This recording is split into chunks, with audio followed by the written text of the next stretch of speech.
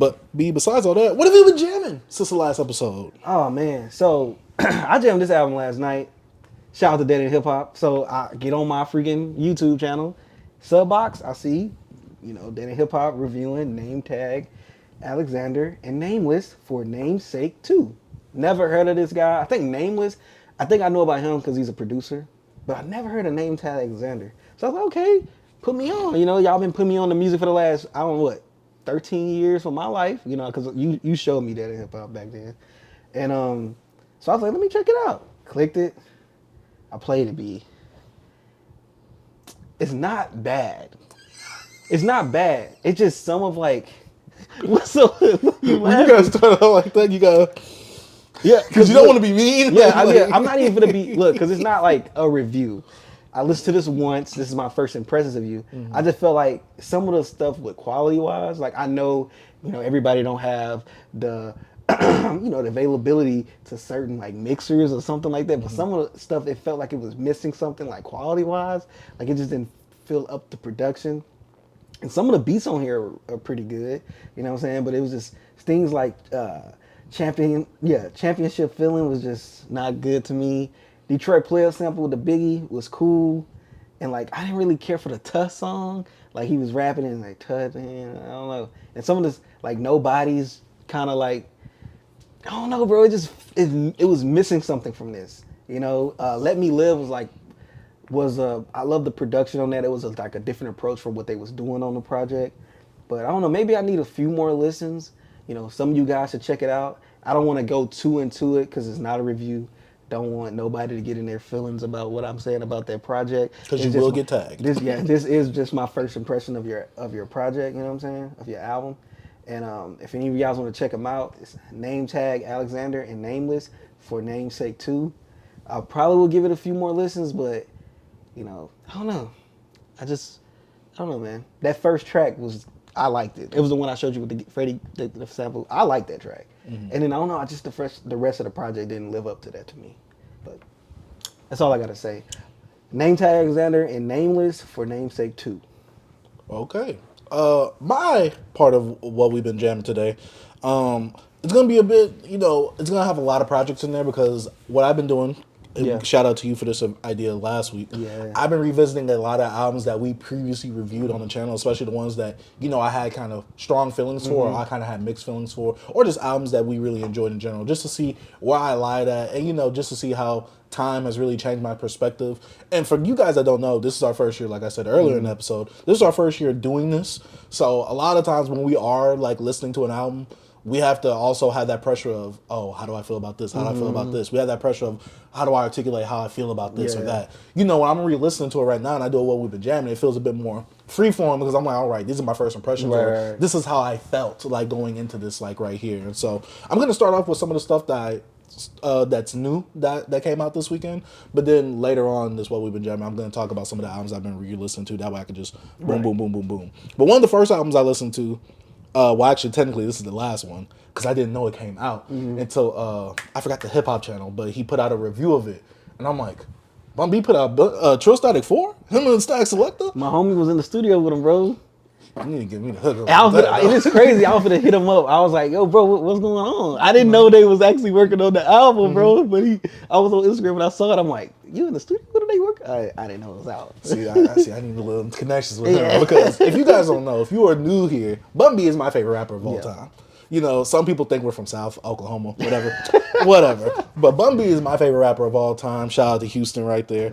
And Bun B, man, I got on him really badly early on this year because I think he came out with one of the worst projects I heard this year. I've been compiling my list B, top 10 worst projects. Yokozuna Trill, it is definitely on there. I'm sorry, Bun B. I got to hold you accountable because I hold you to a higher standard. I don't hold you to the highest standard because, you kind of older. So I give you a bit of a grace with that. But that Yokozuna Trill, I'm like, this is not it. But I do love your Trillstatik series. And if you don't know what Trillstatik is, it's a series of albums where Bun B and Statik Selektah get together and do a live album. So I think he maybe produces live Statik Selektah while Bun B writes his raps live. People come to the studio and they either write their raps or they come like, oh, like this the beat right here, let me get on this one. They write their raps. They also record live as well. So it's a whole little event right here. I missed it because I didn't know Bun B was doing this. Bun B doesn't get on Twitter like that, and I don't be on Instagram like that. And Spotify being an L, did not notify me, even though I'm following Bun B, that he came out with this. And so I went to Spotify so quick yesterday because I was on YouTube scrolling because I was looking for a video to watch. Then I saw that come out. I'm like, oh, I gotta check this out. Bun B, man. Yeah. I respect Bun B so much because he's still in that studio, still trying to get that pen sharp and ready to go, you know, to compete with the younger rappers nowadays. A lot of times, obviously, it's Statik Selektah on the production, so he's going to get some of those Griselda guys on there, some guys that are from the East Coast that are Rapsody rappers. You know, he's going to get them Terminology, Graph, all these people that I really don't know of until Bun B puts them on an album. And I will say that I respect Bun B a lot for creating this album live. And basically giving a platform for all these other artists and him embracing all these other artists. You know, Statik Selektah bring that out of him though. Yeah. It's like he know that Statik gonna, you know, he's gonna bring some guys that about that pen work, and then you know, freaking Bun gonna go off. Like I know you probably felt it bad, like he was phoning in those, you know, those last verses on the so, but on here, you know, Statik like yo. Hey, Bun. No, I know. And I remember when Trillstatik 1 was happening, I watched the live stream for that because I'm like, yo, this is like amazing right here. Like, to me, this is innovative right here. Right. Now, Bun, he's not going to come with the best verses I've ever heard from him because I think when he actually does his studio albums, like Trill, Trill OG, when he does those albums right there, he's actually sitting down with the music and actually working with it for a while. This is a live album, so I can't really critique him too harshly on this one. But man, Bun, you still got your pen right, man, because whew, Bun, I just love the way that you rapping. Bun has that fierceness in his voice when he's rapping. And also, he got the Trizelda too, so he got Bodie on here, West Side Gun on here. I forgot who else was on the track, Conway the Machine. I'm just like, yo, the fact that Bun B is like really collaborating with this guy, like I said, he's using his platform wisely as an OG. He's kind of like not mentoring these guys that's coming up because they're already like where they're at. They're already but some of these guys probably don't have that. They don't have that platform. They don't have that look. And I really appreciate Bun B doing this for them. And I guess this is somewhat of a review.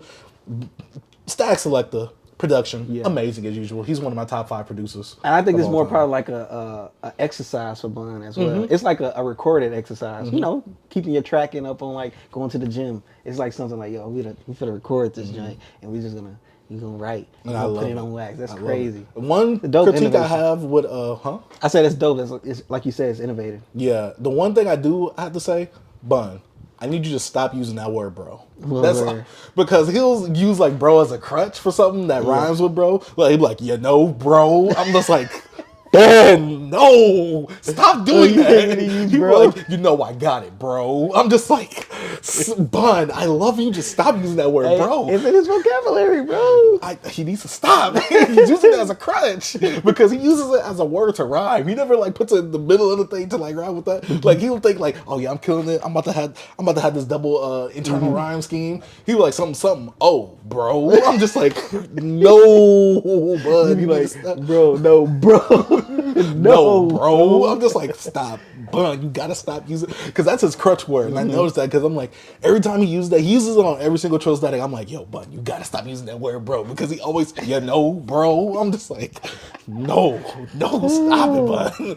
But Bun, you are one of my favorite rappers. I am still loving that you are still active, still using your platform wisely, and just, you know, graciously to give all these other artists I've never heard of like a Terminology or a Graph. I mean, I've heard of them since the previous Trillstatiks, but the fact that these people were like, oh, Bun's doing this, let me pull up, because this one he did in Houston. So I'm like, oh, dog, like, Bun, you couldn't have waited like a few weeks. I'm going to Houston soon to touch down. You get what I'm saying? So you couldn't have waited a few weeks till I'm in town. I could have got the BBC scoop beat. I'm just saying. I'm a huge Bun B fan. I'm just saying. Yeah, I still got to go to Trillburgers when we go back down there. Oh, man. But yeah, Bun B, Trillstatik 4. Oh, yes. Yes, I love it. Yeah. My next project is by Apollo Brown and CRIMEAPPLE, man. This one I had on the pre-download since I think, a week or two ago when it was announced. I actually forgot it came out, and I'm like, yo, let me give this a listen. So I checked it out Friday, gave it one good listen, man, and Apollo came with the dope production. CRIMEAPPLE, I don't know, he just sounds so good as a rapper to me. His voice is so dope. And also I think he's Venezuelan, but like how he bounced from like Spanish back into like English, he do it so effortlessly, bro. It's like, it's insane, bro. It's like, it's crazy because he put out a whole rap project, I think, in Spanish. That's just, I listened to it, bro, and I don't know what he was talking about, but it was fire. Bro, he be flowing, bro. To me, CRIMEAPPLE has a really good voice, a really good flow. I really enjoyed this. This is something I will go back to, like, definitely. Like CRIMEAPPLE, he puts out a good amount. Like he'll drop like once or twice a year, you know. And here and now and then I check him out. But I feel like back around like 2018, 2019, I was more like, boom, let me new CRIMEAPPLE drop, let me listen. But now I kind of like don't listen to it as much. But there's him and Apollo Brown. I'm like, come on, bro, Apollo Brown, he don't really miss when it comes to production. And then CRIMEAPPLE as a rapper on this, I liked it. Feature from Willie the Kid, and he had Sonny Jim on here. I do not like Sonny Jim because I think he's Swedish, somewhere in that. Mm-hmm. It's just his voice. He raps so slow, and then he has his accent, and it just bothers me. But I really liked him on the freaking Lavender, that freaking album. I can't think of the name of the guy. But anyways, I thought it was pretty good. I'm gonna have to go back to it, man. Like this is a cool listen. What type of a production does Apollo Brown give you? Come on, bro, boom bap soulish. You know what I mean? He sampled some stuff. Dang, what song? You would know that song, bro. Was he on Marciology? You say what? Marciology? Was he on there? Was who on there? Apollo Brown. Did he produce something on there? Yeah. No. I'm saying it's a sample he used on here that I'm pretty sure you heard before. I just don't remember. It won't come to mind right now. Probably after we wrap up, I'm gonna find it. But nah, he though, bro. Shay Noir and him put out a project like 2020. That was like my introduction to like Shay in a full project. Cause Apollo Brown, I'm gonna check him out. But yeah, if y'all guys haven't heard about Apollo Brown, a CRIMEAPPLE new album, it's called This Is Not That. And CRIMEAPPLE, if you don't know him, bro, you know he gonna give you them little cocaine bars a little bit as well. You know what I'm saying? He gonna talk about it, put it in the pre-coat, and you know what I'm saying. He gonna talk about all type of for Frico and tacos. And he be killing it, bro. He a beast. You said what about Rock? So that's why him and Rock was on that. He was on Rock's last album, Marciology. Who CRIMEAPPLE was? Mm-hmm. That's how I know who he is. Dang, I listened to that album like a few days ago. No, we reviewed it together. Yeah, I know that, but I'm saying I listened to it like a few days ago. You don't remember him on there? I don't know why. I just don't remember. I'm pretty sure he's on there. That's the only way I know him. Yeah, you could be right. I don't know why I don't remember his feature on there. Yeah. He's on the Marciology? Let me check. Bro, he is. I'm Killing Spree. Okay, because you made me start thinking, I'm like, no, I remember Killing Spree. Because I did that little mini review for the IG a few days ago. But as I do those reviews, sometimes I listen to the album. Mm-hmm. So I was like, I don't know why it didn't hit me. He was on there. Mm-hmm. I just cannot stop playing Go Yard Guy when they come on, or Tapeworm. Them just be on repeat, bro. Them beats, some loops is crazy. But yeah, B, what's your next project? My next project, Momentum by Jayla Darden. This is someone I just discovered this year, and I went through all her projects, which isn't R&B? really saying much. Yeah, R&B. That's not really saying much because her projects are not long. She has a lot of singles out, a lot of EPs out, and this is another EP as well. So this isn't really an album itself. I believe it's like less than I think it's like around 20 minutes. I gotta really look, but it'll take too much for me to go back and forth on my apps. But yeah, Momentum by Jayla Darden. If you like Janae Aiko type of like R&B in terms of like, I wanna deem that as like soft girl R&B, where it's like you have this like softer voice, like you're not really like singing like a Mary J. Blige. But it's like one of those Janae Aiko things where it's like you got a softer voice. That's what inspired your tweet this weekend. Yeah, because I'm just like, dang, like, you know, once Tink said that in her interview on the Breakfast Club, she was like, yeah, Janae Aiko really is the blueprint for us new R&B girls. And I'm like Mariah the Scientist, all of them kind of bit off her. Yeah, they not even say bit, but just they take a lot of they take a lot of inspiration from her. Mm-hmm. You can really see it. I never really realized that until like the more I'm listening to stuff. I'm just like, y'all really are taking from Janae Aiko, from this whole little spacey atmospheric type of R&B, and that's what Jayla Darden does. And she also produces her own music as well. That's interesting. And so I really like the production on here. You know, I'm waiting for her to do that full studio album though. But yeah, what she does with here, it's more like concepts and stuff like that. They're not like fully fleshed out to where it's like a full song. But she does have some stuff on here that I really do like, that I will be putting in my 2024 favorites playlist. That way I could go back to songs I liked in 2024. But yeah, Jayla Darden, Momentum. It's a short little EP. I enjoyed it. Fully self-produced by her as well. So I gotta give props to that. Right. What's your project, B? This is like where I did my rewind. So my third project would be Dark Times by Vince Staples, bro. Like, me re-listening to that project, and I'm like, I love it more. Like, I'm happy I took the months away from it, because I go back to, like, what song I listened to? Etouffee. Probably, like, Etouffee is, like, was one that was, like, in my daily playlist sometimes if I just click, and it's on there or whatever, but Yo, going back to this album, bro, Vince is just insane, bro. This is a really good album, dog. Like, I was like, oh my god, and it got me thinking about like all the things that Vince been talking about when it comes to like the music industry and just. I just feel like it seems like when he raps now, like you know how he used to, he's always had his tone, but he also used to be kind of energetic on some of these beats. But now you know he don't even rap like that no more. He actually saying it's just this is him. So I just be like he's so like nonchalant to me. Like I give it I like yo he's been nonchalant, and it feels like I'm just tired of y'all. You know what I mean? Like I'm just sick of it. I'm not putting on any act. This is just me, and I just feel like the production on this project, his rapping, his the things that he's talking about, it all just fits. It's like a perfect marriage, bro. And I was just like, this thing is a good album, and it's short, 31 minutes, perfect. Yeah, bro, it's nothing on here I dislike. Like me listening to it, I'm like, yo, I need this on vinyl. I don't know why I didn't buy it. I was you like, need it? I'm gonna buy it. Okay. I was about to say, I got the limited edition. Yeah, I'm gonna buy it, bro. You know I don't want it. You don't want it? No. I'll talk to you about it off that. So yeah, but nah, bro. Yeah.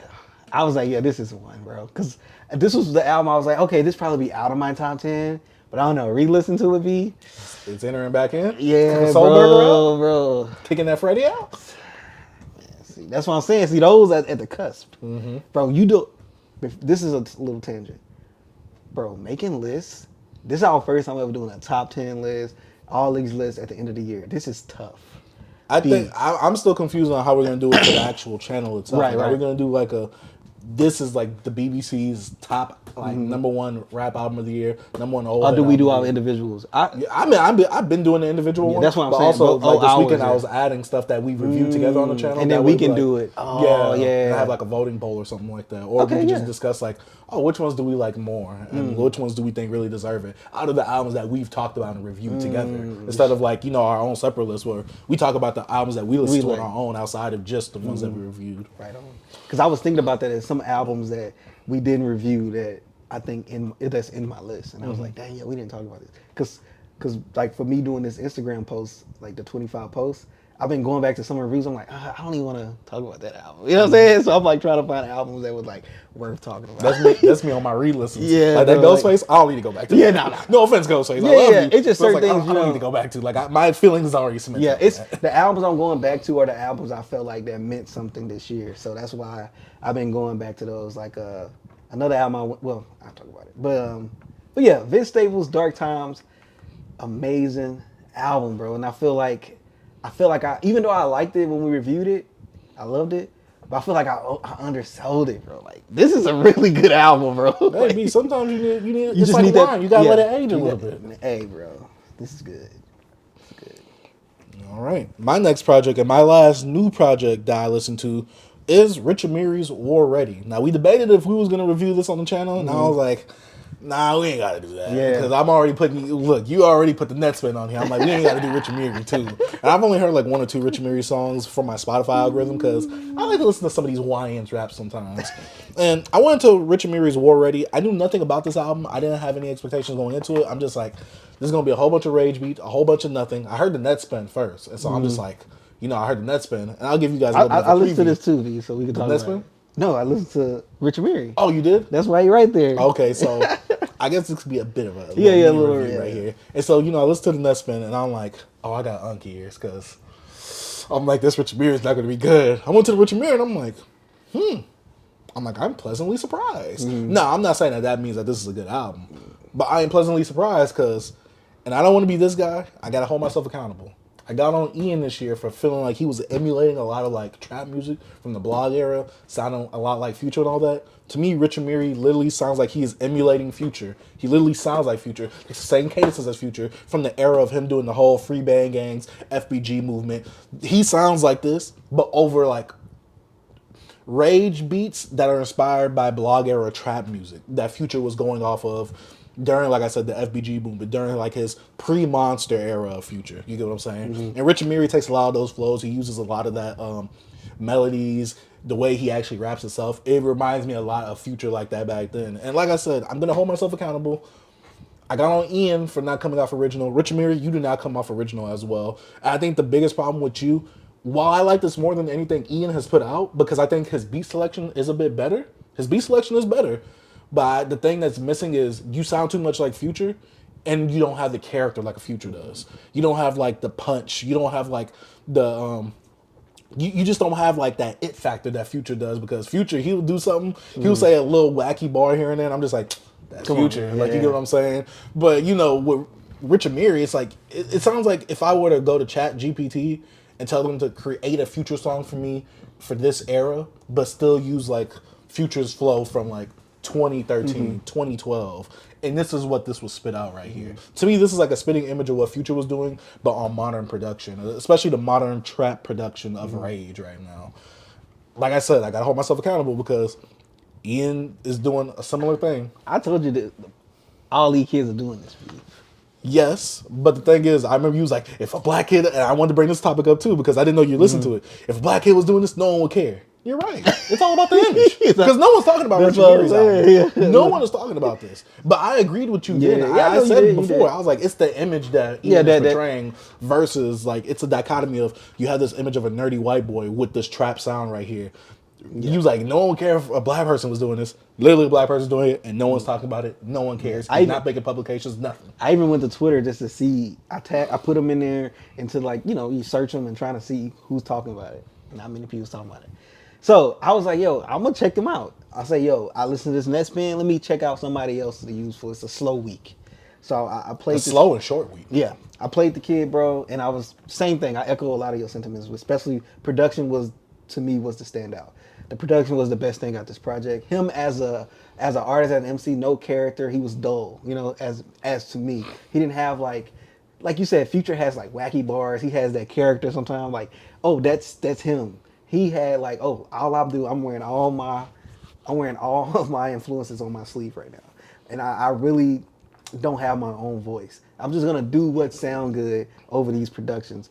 You know, play these. Boom. What else could you say? I'm just gonna be this mediocre, you know, trap rapper or whatever. And I don't know. It just didn't feel him as a rapper didn't feel authentic to me. I don't know. Something about it just didn't feel like. He didn't feel like he was actually in it. You know what I'm saying? It didn't feel like that. It felt like he was like, I'm phoning this in, basically. Facts. That's how it felt. But the only thing that carried is it was production when, like, I think what goes you have him rapping. What goes for it is you have him rapping and you got some cool production that could make you bob your head, and I can see why kids do it. So, like, I was, you know, working. I'm like, okay, I like this beat right here. You know what I'm saying? I don't care what he's saying, but I like this beat, you know? So that's pretty much that sums up this project for me. I was like, I don't know. I don't get it with him. No, it's just one of those things where it's like, it's with this whole streaming era and this whole like rage era of hip hop with the kids and the youth, it's more so like, can you hit a lick on this song? Can you hit a TikTok lick? Yeah. Once you do that, you start like generating, you start getting the Spotify or the YouTube algorithm. Yeah. You get played along with other stuff. It's not really you're going to be one of those standout guys like a Ken Carson or like a Destroy Lonely because they're under the Playboy Cardi imprint. It's more so like your song came, and that's how I found out about Rich Amiri. His song came up on one of my Spotify algorithms where it's like, I was listening to all these YNs, and he popped up on there, and it was one of his most streamed songs. I'm like, oh, I get it. I'm like, but this dude sounds like Future. And, you know, when he got announced on here on the docket, and I was like, I'm like, I didn't know he was coming out with an album. I was like, this is going to be my first time listening to him. But that song that I heard when I first heard him, it never made me want to go to a project of his. I actually was going to check out his other project, Ghetto Fabulous or something like that. I was going to just listen to it because I was like, all right, well, what else he has? But yeah, this was... To me, this is carbon copy Future. And I also wanted to make a tweet earlier this weekend. Like, it's just crazy to see, like, our artists from the blog era. And I guess this is like that old head moment where it's like, dang, like, our artists really got babies. You could see that influence. Like, you really changed the game and you really inspire people to where it's like, they really want to copy you. To where it's like, these kids like it. And we're just like, you got to go to the original source, though. Yeah. Like, you got to go to the OG. Like, it's like, you know what I'm saying? This is the remake right here. The remake not even as good. It just, I don't know, bro. Hey, nothing new under the sun, B. Yeah, it's not. Yeah, so it was just weird to hear like someone that sounds identical to Future, like crazily like Future. I'm just like, I hate to say it like this, like it's like you had no shame. You sounded just like Future this whole time. I'm like, you didn't try and change it up, use some of the same melodies, like I said. I'm just like, this is crazy right now. The biggest tape I could say is if you guys are young and you're watching this video right here, go to Future, this isn't on streaming, go to Future Presents FBG, the movie, listen to that mixtape right there. you'll get a lot of like where Rich Amiri comes from. Listen to True Story. Listen to Astronaut Status. That's a lot from what Rich Was Amiri Street pulls Calling from. after that? Streets Calling was before that. What before? Yeah. Yeah, FBG the movie was his last mixtape before. Yeah, I remember the whole. That's the one with the like stuff. light brown cover and all that. Yeah, And the stuff in the middle of it. And have his boy And it had some of his crew. B-Words Love Me. Yeah, Yeah, exactly. I remember that one. Yeah. And so, if you really want to see like why I have these sentiments on this album, go check out that project because I was listening to that a bit earlier this year as well, and I got a nostalgic tie to it. It's not the best Future, but you know, Future always has these standout moments and tracks on each of these mixtapes. So yeah, Rich Amiri, like it's like I hate to say it like this because I'm a Future fan and I grew up with Future. This don't move me. This don't wow me. Like, and you are too much of a carbon copy of Future. But like I said, to me, this is better than what Ian put out because this is way better production. This is way more booming production. I think the thing with Rich Amiri is if he would actually sit down, really construct these songs a bit more, have a bit grander of an actual sound, bring some character to it. He could make a really good project. Now I'm not saying he's gonna make the greatest, but he could make a really good Rage project where it's like, oh, Rage Hall of Fame projects. You got to put a Rich Amiri project up there. But yeah, overall, this is like a standard trap album. This just falls short for me because I have Future projects. Yeah. So yeah.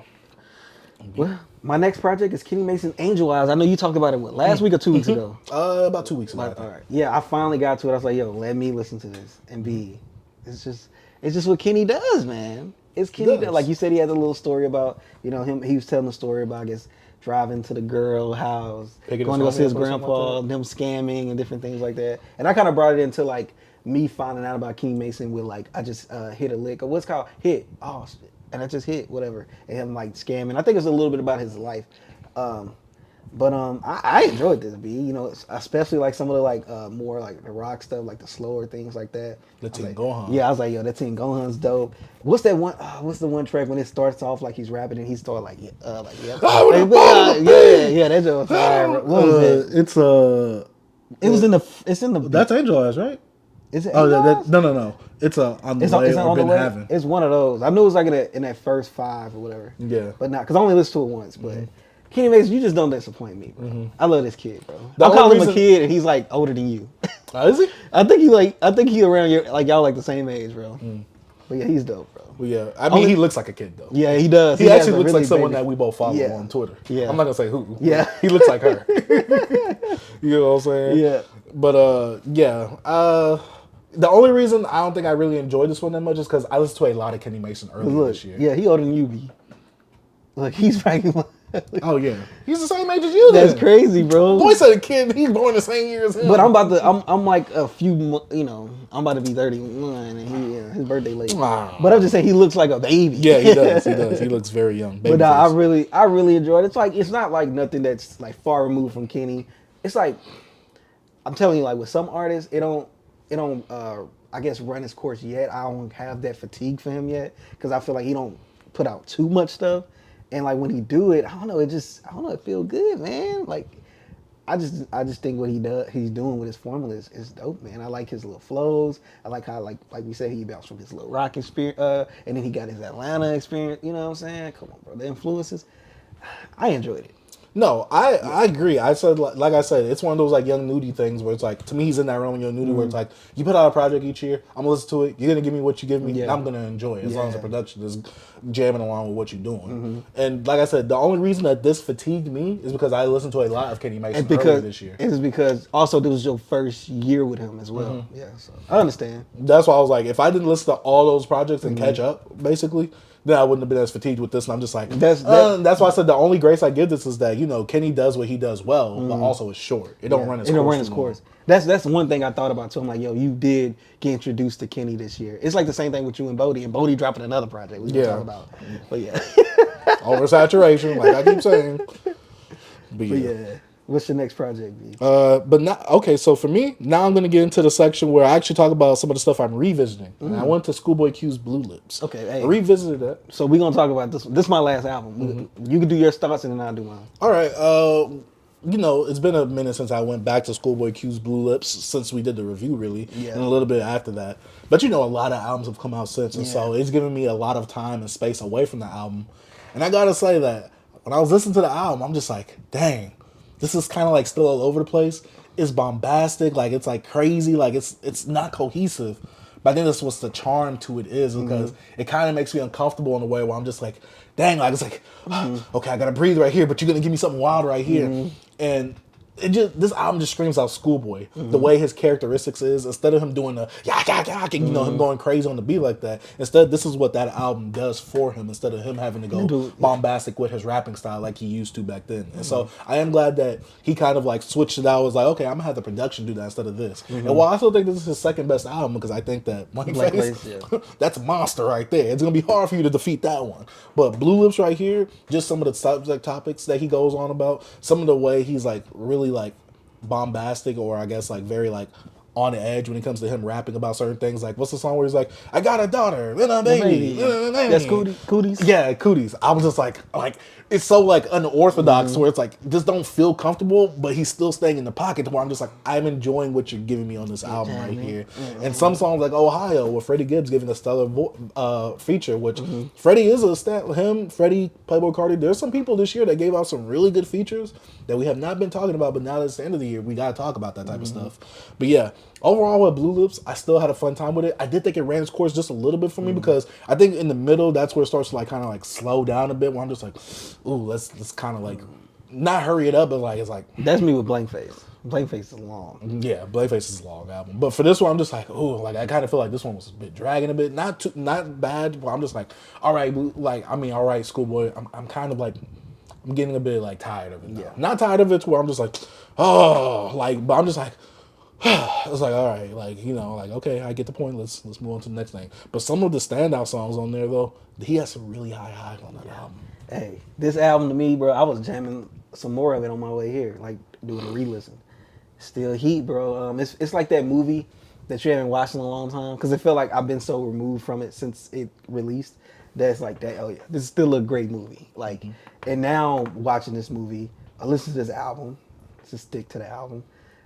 It's just still like I know what's coming because it still have those, I guess those unorthodox moments or whatever. But it's like I don't know. I know it's coming, and I'm like I love that about this project. Like even though like I'm like okay, what song was this again? Because I knew the beat to switch. Because it's I'm like okay, the beat changes on Ohio, right? Because when that's Freddie's gonna come, too. because you know what I'm saying? Because I'm like oh, because this is different beat. Freddie ain't gonna rap on this. Then it flips in, it's like oh yeah, I forgot. That's the exact same reaction. Yeah, that's what I had, bro. Because it had like 3 beats. Yeah, it had like 3, right? Bro. And I'm like yeah, because I think that's the part of the album that'll make you feel like it's longer than what it is because it's so much production. That's exactly so much flow. I think that's it. And with Blank Faces Me, I just feel like it's just a longer album. With this one, it makes it feel longer because of the, you know, the rides. The transitions and the ride it puts you on. I really like. I agree with you. The top half is the stronger part of it. I think you know, like from 1 to like I guess 9 is like really strong to me. Like I feel that's my best part of the album. But we get down to the second half, I still enjoyed it, bro. Like going back listening to Germany '86, Time Killers. I still love Smile. It's just I don't know. This project is really good. I still think this is his best project. Still think it's his best? I think it's his best. I still think it's his best. Just for me re-listening to Blank Face this year, I still think this is his best project. I don't know because I don't know. I love like maturity, and I also like that he did experiment more with some of the productions, and also doing different things like just showing us what's his name, Ace Cheek or whatever. Ace Chike or whatever. Is it Chike? Like movie is still a freaking banger, bro. Like you know, Schoolboy doing his little thing in the beginning, and then he comes and just steal the show. And then Cudi's, I love like him just pretty much talking to you on the project. I don't know, bro. This album, I'm like, dang, just re-listening to it, I'm like, this is still it, bro. Like Pop, I love it. And like when Pop came on, and I was just ready for him to go. When he was like Pop, and I was ready for the gunshots to come because I'm like, I know the gunshots are gonna come in. And right when they come, then the beat change, bro. Oh yeah, you know what I mean? Yeah, I had to remember what song it was because there's so many like beat transitions and differences in the song. And then Blue Slides to me is just really great. Like, Thank God for Me, come on, like. That's like to me my favorite song. It's stuff on here, bro. Like the song that Alchemist produced on here. Lost Time. Like I forgot. Like bro, this project right here, I feel like Blank Face. Yes, it has some joints, but I feel like this joint has just so many joints to me, bro. And I like this album right here, bro. Still in my top 10, maybe top 5. But I'm gonna get it on my second listen. But man, this album held up, man. Really, really good album. And before we leave, I just feel like it's not. I don't know why I didn't do it. It didn't do what I thought it was gonna do this year for Q. I don't know if he didn't push this album enough. He just wanted to put it out because I know he did his own direction when it came to like the interviews he wanted to take, the people he wanted to talk to.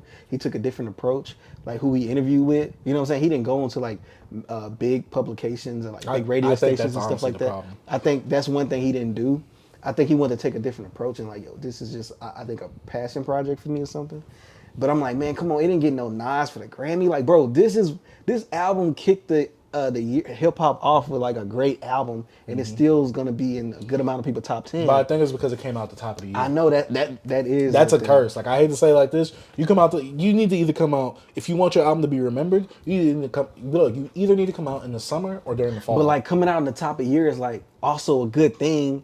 But it's the con to it is the rest of the year. Because you don't know what's going to come next. I know. Because the beef was right after this. Because like in the beginning, you like, oh man, we got this dope ScHoolboy Q album. And then as the year go on, it like fades away. And that's one thing I hated about, I wish that this album, lived. I know it was people still trying to bring it back up, but it didn't feel the same. Because, it got, I feel like a lot of, other albums people came overlooked out. it, yeah. Yeah. You got Chromacopia, your GNX came out, Freddie dropped. Doechii dropped, Cole dropped. Common and P Rock. It was just so much stuff that dropped this year, bro. And I feel like this album stands out, but in a way it got overshadowed. Oh yeah. Yeah. I think the thing is, if you don't like ScHoolboy Q, then you probably wouldn't like this album. Yeah. But for us ScHoolboy Q fans, cause I seen someone say like, oh, like, shout out to Slack on both sides. He posted, he says, this year on your top 5 or top 10 of the year or whatever. And I commented on it, and I seen him say something like, oh, I've never seen anyone say anything good about this album or something like that. And I'm just like, RTLs just are like, so that's how someone's the algorithm can be so different. People is totally different. Yeah, because I'm just like, I only seen praise for this album. And honestly, this is the one album I'm like, if you praise it, I'm not going to give you no crap for it. Like the Doechii one, I kind of give you a bit of crap for it. Some people, not you. Yeah. But, I give some people crap for it. But also, I will acknowledge that the way that Doechii has worked this album and what she's been doing and going out, press and all that, the way TDE's been pushing her, she's been making this album live a lot longer than it probably should have. Well, her album just been out. It's just been out since August, at the end of August, right? So it's still fresh. No, but this is February. But this is the thing, though.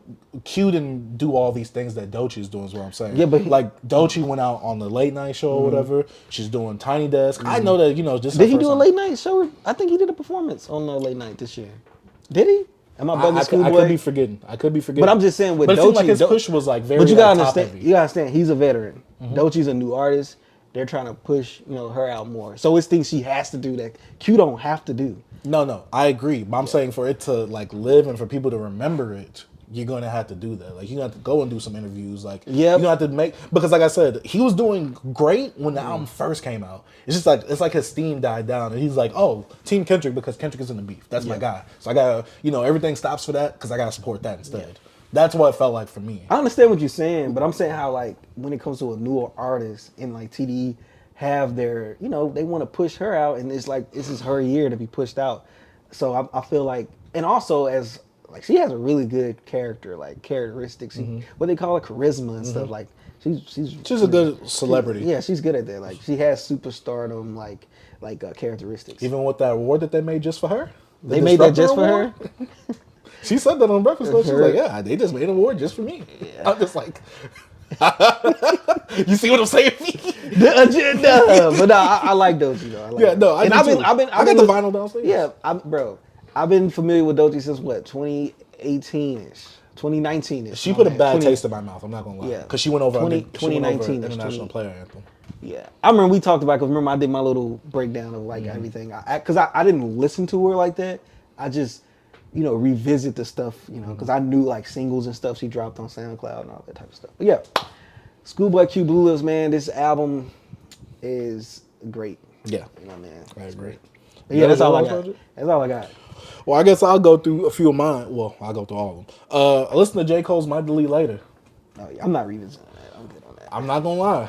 There were some tracks I always went back to during the year from it, but going back to it as a full project, I'm just like, this is a really good project without it being surrounded by the whole beef stuff and it having 7-minute drill off of it. Now, I don't agree with him taking 7-minute drill off of it, because if you say something, stand on it. You know what I'm saying? Apologize for it later, but stand on it. Yeah. Keep it up on there. And you kept it up on there for the sales. We know.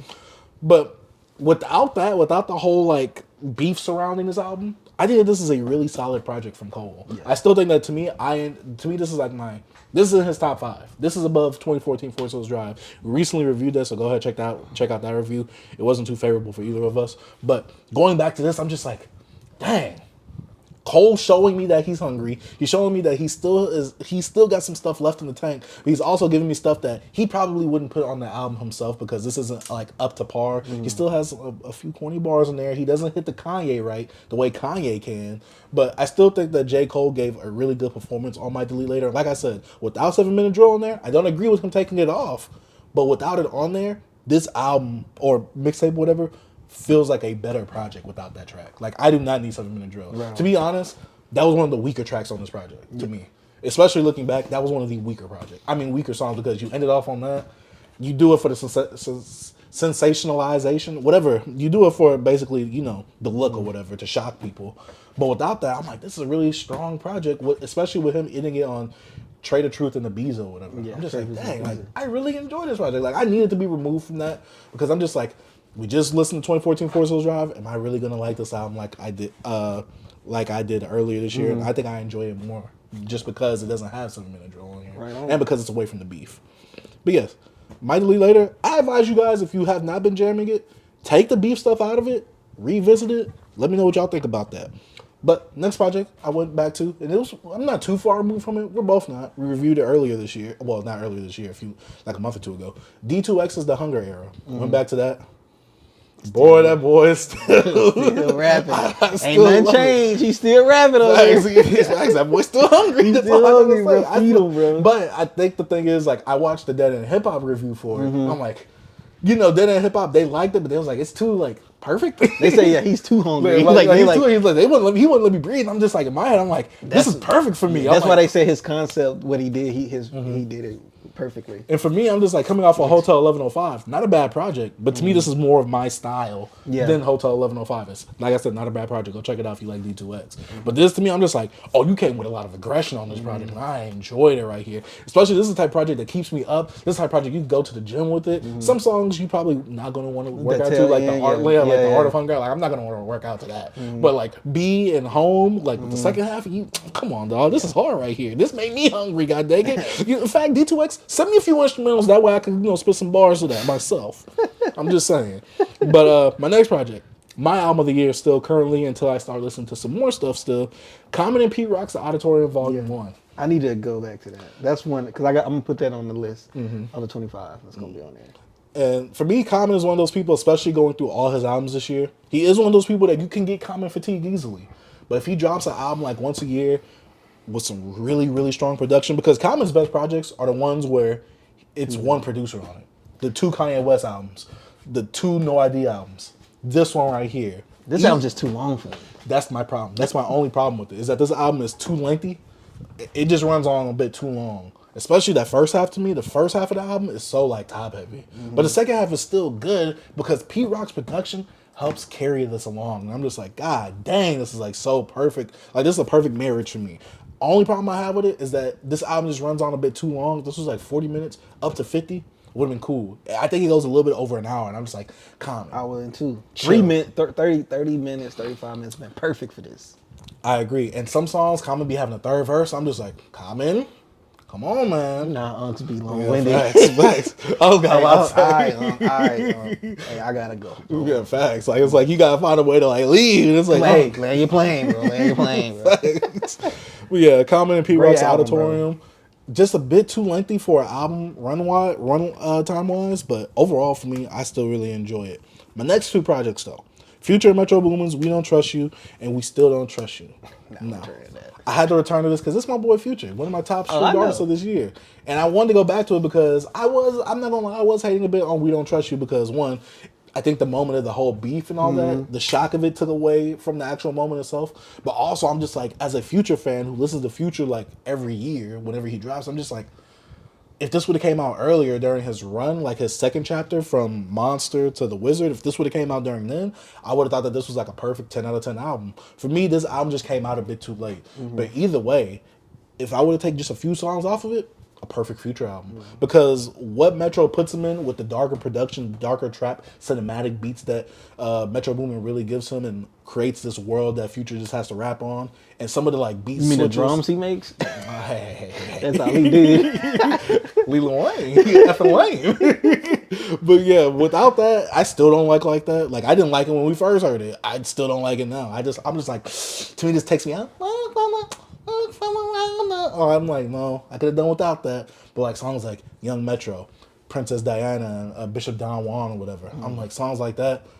I'm like, yeah, this is it. Especially when on Princess Diana, one of them, they use the same drums or like rhythm, whatever reverb or whatever, that's used in Family Matters' second beat. And I'm just like, was that intentional when Boy Wonder did that? I don't know. That's just a little thing that I noticed when going back to that song. And I also heard Future Metro Boomin's We Still Don't Trust You, the R&B album or the more vibey album. I like it less. I didn't like it more than I think You still like it more. You like than Hendrix? No, I think I you know I liked it more than We Don't Trust You. That's what I'm saying. Yeah, you liked it more. Yeah, you're right on that.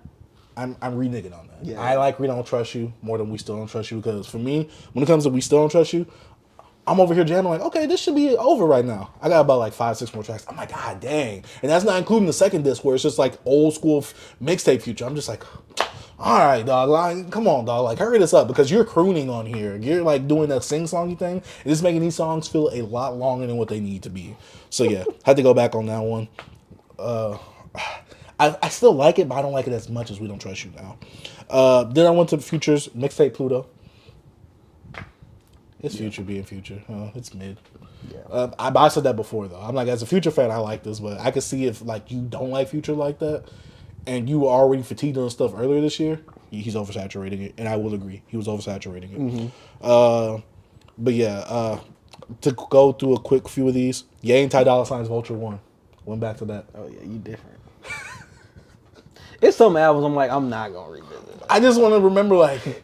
Because I'm like, I like it. Like, it's some stuff. It's like, oh yeah, I just don't like this. But it came out so early in the year that I never returned back to it after our review, especially with how bad Vultures 2 was. Yeah. And even though some people said like after all the edits, I listen to Vulture 2? Yes, I did. We had a review of it with Miguel was on, but we didn't really have a review. We was like, we gotta talk about Kanye. That was the whole review. It's so crazy. I don't think I listened to it. Did I listen to it? Did I talk about it? Yes, I think so. Because we were just like, it was bad. Yeah, I did listen to it. But people said like after all the updates, it's good now, which I mean I'm gonna listen to it like maybe this week. But yeah, Vultures 1, it has some songs that I like, but overall as a project, that's what was making me go back to our old shorts. Mm-hmm. Anti-Semitic, I'm the king still, whatever. I got our shorts back. I went to Rapsody's Please Don't Cry. I went to that. Still a really good album. I gotta listen to that. I think Rapsody is really slept on, especially with her now doing this whole thing of her dissing Ack and that freestyle or whatever. People clowning her, bro. Yeah, people clowning her, but also there's people siding with her, and I'm just like, I didn't even watch it. I watched just that clip, and I watched Academics reacted to it. I didn't even watch it. I don't even want to see Ack kill her, bro. The worst part is Ack said he was gonna make a diss song. Yeah, I heard. I said he was gonna reply to it. One dude made a diss track to Ack. Screwface Gene or something. Yeah, like that. He had one bar, and I was like, oh, that's kind of funny. Yeah. Besides that, I was like, please don't rap on that again. Yeah, I'm like, don't go on a Kendrick beat because you're never gonna outdo what he did. Boy thought he was Lil Wayne back then, going on other people's beats. No, you are not. Do not go out on the whacked up murals. Yeah, I never heard about that dude since. Only found out about him doing like the Kendrick stuff. I seen him on the timeline. Same, but I didn't know he was a YouTuber. Yeah, he's a pretty good. He's a big YouTuber. My next two projects, Flo Milli's Fine H Word Stay. She came out with an album this year that I talked about in What We've Been Jamming. We didn't review it, but just cool. It's Flo Milli. I think what she does is she found that one hit with Never Lose Me, and she tries to replicate that song multiple times on the album. And to me, it just didn't work.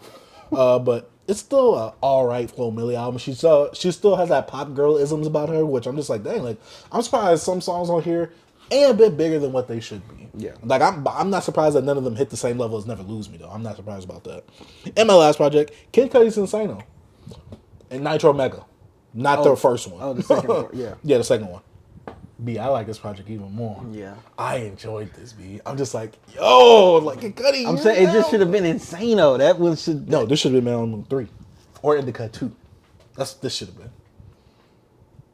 I would have rather this be Man on the Moon 3. But I'm saying I know he's on another path. I'd rather this just been Insano. Because the Insano wasn't good. No. But this was better. This was much better. I enjoyed this. I'm not gonna re-listen to it. I put it on our sleepers, But it's good. because we forgot about it, and plus we didn't really have many sleepers on there. Yeah. So yeah. I'm about to go in there, bro.